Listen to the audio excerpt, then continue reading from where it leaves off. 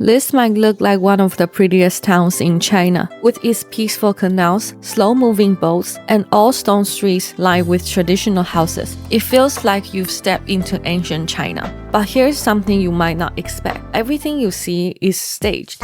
It's a tourist attraction, designed to look like the past. The man rolling your boat, the ayi selling vegetables by the river, they're all hired to play a role, almost like NPCs in a video game, or like actors in a real-life Truman Show. So how did this place become what it is today?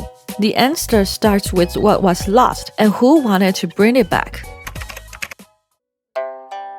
It's a classic example of a Chinese water town, part of the Jiangnan region, sometimes called China's Venice, the kind of place people imagine when they think of a small bridge, a flowing brook, and a quiet cottage, soft, poetic, and almost timeless. And this specific town is called Wuzhen, a place with over 6,000 years of history. It was once an important stop along the Grand Canal, and for centuries, people here traveled by wooden boats instead of roads. But Wuzhen isn't the only ancient water town in China. There are many others still around today.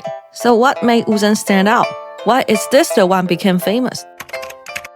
The real reason lies in how the town was carefully managed and transformed. Wuzhen isn't 100% original. Many of its buildings were rebuilt, with old walls reinforced, rooftops retiled, and streets carefully reshaped. That's why it sometimes feels a little too perfect, almost like a movie set. What's even more surprising is how the transformation began. The people who lived here were relocated, and when the town was finished, some of them returned. But they didn't simply return to their old homes. They came back to perform the lives they once lived, now as part of the tourist experience. And this time, they were being paid. At first glance, Wuzhen might feel like a product, a place built to sell nostalgia. But if you look a little closer, it tells a story you might not expect.